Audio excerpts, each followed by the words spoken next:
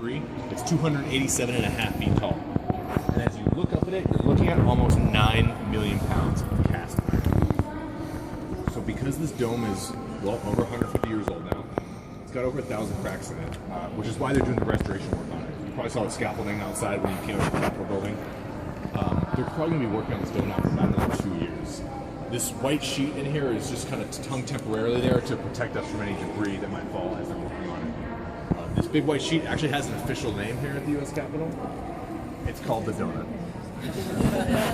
That's actually what it's referred to as on all of our official documents and stuff. All right, so look up in the middle of the donut there. You see that fresco on the ceiling? That's 180 feet off the ground. So to give you an idea of how big this room really is, let's say we were able to take the Statue of Liberty off of her pedestal in New York City and bring her down and put her right in the middle of the room. We still have about 30 feet above that before we hit the ceiling. So that fresco up there in the middle of the donut is called the Apotheosis of George Washington. It was painted by an Italian man named Constantino Brumidi. It took him 11 months to paint it, which is actually pretty good because it's over 4,600 square feet, which is almost the size of the floor of this room. It's a very, very big painting. Now, if you look up there near the center, you can see George Washington there. He's sitting down. He has a blue military jacket on. He's got a purple blanket on his lap. He's sitting right by a bunch of ladies. Do you guys see him? Mm-hmm. Yeah. So the two women he's sitting next to are Victory and Liberty. And there's also 13 other women in a circle kind of around them holding hands. They represent the original 13 states. Now, if you look around the edges of the apotheosis, you'll see some Roman gods and goddesses. Among them, Vulcan, Minerva, Ceres, Neptune's up there, so is Mercury. And these gods are depicted helping to build America, you know, in scenes representing agriculture, industry, science, things like that. Now, do you kind of see what we're getting at here? We have George Washington up here with these Roman gods. Well, the word apotheosis means to raise someone up to the level of a god. So I think it's kind of clear what they're trying to say about George Washington in our popular American mythology, right? All right, so if you begin to lower your eyes a little bit, underneath these windows here, well, actually most of the glasses I'm taking out, but underneath the windows you see this work of art, this painting that wraps all the way around the Rotunda. It actually looks kind of three-dimensional if you look at it, but it's actually just a flat painting, it's just a fresco. This is called the Frieze of American History. And it took 3 men working over the span of 75 years to complete it. It's about 8 feet tall up there, and it's sort of a story of the history of the United States. So where it starts is just above this doorway that we came in from. So if you look straight up from that, you'll see there's a woman holding a spear with like a striped shield. She represents America, and this first scene is to the right of that.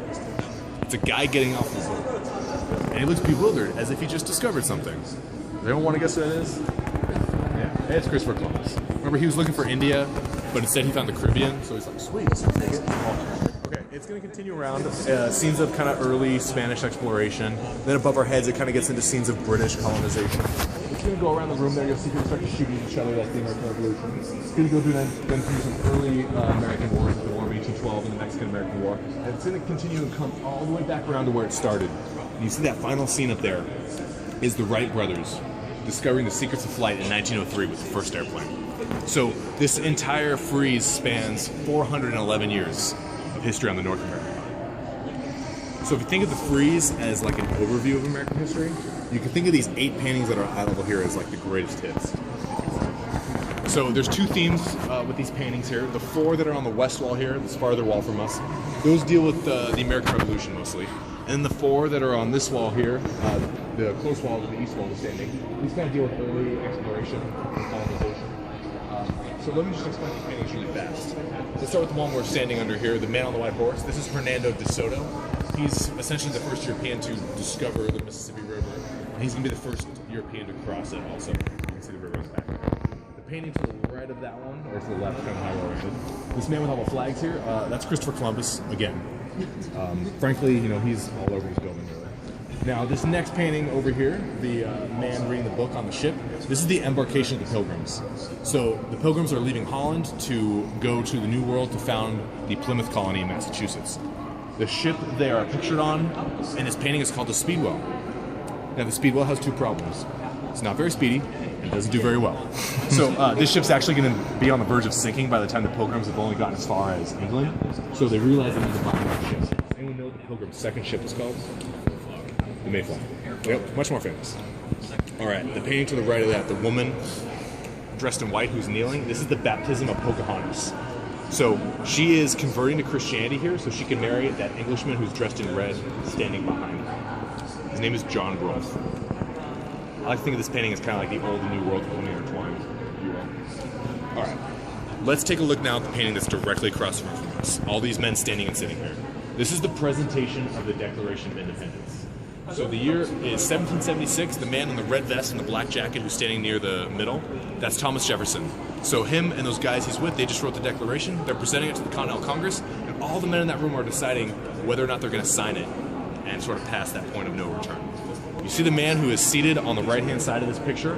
He's going to be the first person to sign the Declaration of Independence. Does anybody know his name? He has a very famous signature, John Hancock. Yep. Now, some of you folks are getting deja vu, like you feel like you've seen this picture before somewhere. It's on the back of the $2 bill.